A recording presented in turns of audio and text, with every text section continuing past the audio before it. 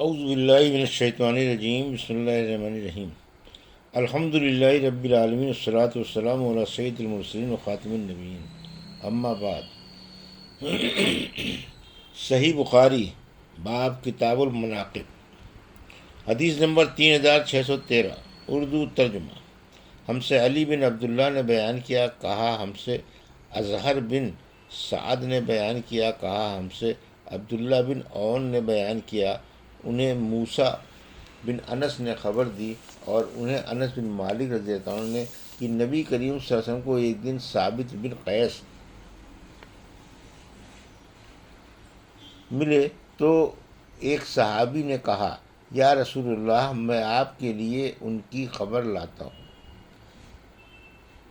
نبی کریم صلی اللہ علیہ وسلم کو ایک دن ثابت بن قیس نہیں ملے تو ایک صحابی نے کہا، یا رسول اللہ، میں آپ کے لیے ان کی خبر لاتا ہوں۔ چنانچہ وہ ان کے یہاں آئے تو دیکھا کہ اپنے گھر میں سر جھکائے بیٹھے ہیں۔ اس نے پوچھا کہ کیا حال ہے؟ انہوں نے کہا کہ برا حال ہے۔ ان کی عادت تھی کہ نبی کریم صلی اللہ علیہ وسلم کے سامنے آن صلی اللہ علیہ وسلم سے بھی اونچی آواز میں بولا کرتے تھے۔ انہوں نے کہا، اسی لیے میرا عمل غارت ہو گیا اور میں دوزخیوں میں ہو گیا۔ وہ صحابی آن صلی اللہ علیہ وسلم کی خدمت میں حاضر ہوئے اور آپ صلی اللہ علیہ وسلم کو اطلاع دی کہ ثابت رضی اللہ عنہ یوں کہہ رہے ہیں۔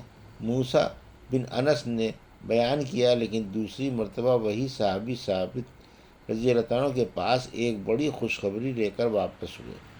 آن صلی اللہ علیہ وسلم نے ان سے فرمایا تھا کہ ثابت کے پاس جاؤ اور ان سے کہو کہ وہ اہل جہنم میں سے نہیں ہیں بلکہ وہ اہل جنت میں سے ہیں۔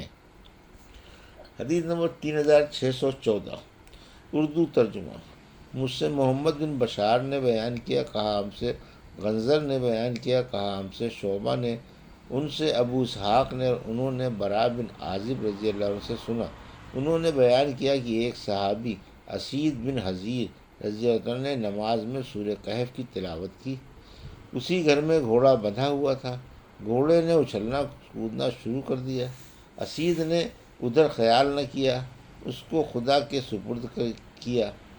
اس کے بعد جب انہوں نے سلام پھیرا تو دیکھا کہ بادل کے ایک ٹکڑے نے ان کے سارے گھر پر سایہ کر رکھا ہے۔ اس واقعے کا ذکر انہوں نے نبی کریم صلی اللہ علیہ وسلم سے کیا تو آپ نے فرمایا کہ قرآن پڑھتا ہی رہ، کیونکہ یہ سکینہ ہے جو قرآن کی وجہ سے نازل ہوئی۔ یا اس کے بجائے راوی نے تنزلت للقرآن کے الفاظ کہے۔ حدیث نمبر 3615، اردو ترجمہ۔ ہم سے محمد بن یوسف نے بیان کیا، کہا ہم سے احمد بن یزید بن ابراہیم ابو الحسن حرانی نے کہا، ہم سے ظہیر بن معاویہ نے کہا، ہم سے ابو اسحاق نے بیان کیا اور انہوں نے برا بن عازب رضی اللہ عنہ سے سنا۔ انہوں نے بیان کیا کہ ابو بکر رضی اللہ عنہ میرے والد کے پاس ان کے گھر آئے اور ان سے ایک پالان خریدا۔ پھر انہوں نے میرے والد سے کہا کہ اپنے بیٹے کے ذریعے اسے میرے ساتھ بھیج دو۔ حضرت برا رضی اللہ عنہ نے بیان کیا کہ چنانچہ میں اس کجاوے کو اٹھا کر آپ کے ساتھ چلا اور میرے والد اس کی قیمت کے روپے پر پرکھوانے لگے۔ میرے والد نے ان سے پوچھا، اے ابو بکر، مجھے وہ واقعہ سناؤ جب تم نے رسول اللہ صلی اللہ علیہ وسلم کے ساتھ غار سور میں سے ہجرت کی تھی تو آپ دونوں نے وہ وقت کیسے گزارا تھا؟ اس پر انہوں نے بیان کیا کہ جی ہاں، رات بھر تو ہم چلتے رہے اور دوسرے دن صبح کو بھی، لیکن جب دوپہر کا وقت ہوا اور راستہ بالکل سنسان پڑ گیا کہ کوئی بھی آدمی گزرتا ہوا دکھائی نہیں دیتا تھا تو ہمیں ایک لمبی چٹان دکھائی تھی، اس کے سائے میں دھوپ نہیں تھی۔ ہم وہاں اتر گئے اور میں نے خود نبی کریم صلی اللہ علیہ وسلم کے لیے ایک جگہ اپنے ہاتھ سے ٹھیک کر دی اور ایک چادر وہاں بچھا دی۔ پھر میں نے عرض کیا، یا رسول اللہ، آپ یہاں آرام فرمائیں، میں نگرانی کروں گا۔ آن صلی اللہ علیہ وسلم سو گئے اور چاروں طرف حالات دیکھنے کے لیے نکلا۔ اتفاق سے مجھے ایک چرواہا ملا، وہ بھی اپنی بکریوں کے ریوڑ کو اسی چٹان کے سامنے سائے میں لانا چاہتا تھا جس کے تلے میں نے پڑاؤ ڈالا تھا۔ وہی اس کا بھی ارادہ تھا۔ میں نے پوچھا کہ تو کس قبیلے سے ہے؟ اس نے بتایا کہ مدینہ، یا راوی نے کہا کہ مکے کے فلاں شخص سے۔ میں نے اس سے پوچھا کہ کیا تیری بکریوں سے دودھ مل سکتا ہے؟ اس نے کہا کہ ہاں۔ میں نے پوچھا کیا ہمارے لیے تو دودھ نکال سکتا ہے؟ اس نے کہا ہاں۔ چنانچہ وہ ایک بکری پکڑ کے لایا۔ میں نے اس سے کہا کہ پہلے تھن کو مٹی بال اور دوسری گندگیوں سے صاف کر لیا۔ ابو اسحاق راوی نے کہا کہ میں نے برا بن عازب رضی اللہ عنہ کو دیکھا کہ انہوں نے اپنے ایک ہاتھ کو دوسرے پر تھن کو جھاڑنے کی صورت بیان کی۔ اس نے لکڑی سے کے ایک پیالے میں دودھ نکالا۔ میں نے آرہ شسم کے لیے ایک برتن اپنے ساتھ رکھ لیا تھا۔ آپ اس سے پانی پیا کرتے تھے اور وضو بھی کر لیتے۔ پھر میں آرہ شسم کے پاس آیا۔ آپ سو رہے تھے۔ میں آپ کو جگانا پسند نہیں کرتا تھا، لیکن بعد میں جب میں آیا تو آپ بیدار ہو چکے تھے۔ میں نے پہلے دودھ کے برتن پر پانی بہایا۔ جب اس کے نیچے کا حصہ ٹھنڈا ہو گیا تو میں نے عرض کیا اے اللہ کے رسول صلی اللہ علیہ وسلم دودھ پی لیجیے۔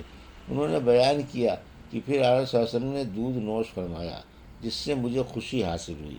پھر آپ نے فرمایا کیا ابھی کوچ کرنے کا وقت نہیں آیا؟ میں نے عرض کیا آ گیا ہے۔ انہوں نے کہا کہ جب سورج ڈھل گیا تو ہم نے کوچ کیا۔ بعد میں سراقہ بن مالک ہمارا پیچھا کرتا ہوا یہیں پہنچا۔ میں نے کہا حضور اب تو یہ ہمارے قریب ہی پہنچ گیا ہے۔ آپ صلی اللہ علیہ وسلم نے فرمایا غم نہ کرو، اللہ ہمارے ساتھ ہے۔ آپ نے پھر اس کے لیے بد دعا کی اور اس کا گھوڑا اسے لیے ہوئے پیٹ تک زمین میں دھس گیا۔ میرا خیال ہے کہ زمین بڑی سخت تھی۔ یہ شک راوی حدیث ظہیر کو تھا۔ سراقہ نے کہا میں سمجھتا ہوں کہ آپ لوگوں نے میرے لیے بد دعا کی ہے۔ اگر اب آپ لوگ میرے لیے اس مصیبت سے نجات کی دعا کر دیں تو اللہ کی قسم میں آپ لوگوں کی تلاش میں آنے والے تمام لوگوں کو واپس لوٹا دوں گا۔ چنانچہ آن صلی اللہ علیہ وسلم نے پھر دعا کی تو وہ نجات پا گیا۔ پھر تو جو بھی اسے راستے میں ملتا اس سے وہ کہتا تھا کہ میں بہت تلاش کر چکا ہوں، قطعی طور پر وہ ادھر نہیں ہے۔ اس طرح جو بھی ملتا اسے وہ واپس اپنے ساتھ لے جاتا۔ ابو بکر تعالیٰ نے کہا اس نے ہمارے ساتھ جو وعدہ کیا تھا اسے پورا کیا۔ حدیث نمبر 3616 اردو ترجمہ۔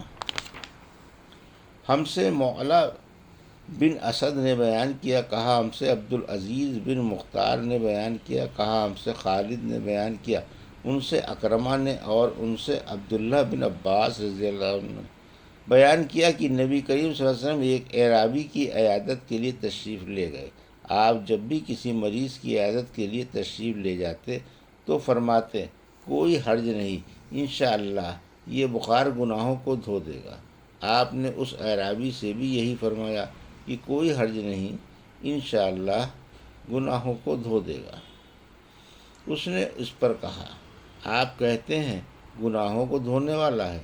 ہرگز نہیں، یہ تو نہایت شدید قسم کا بخار ہے۔ یا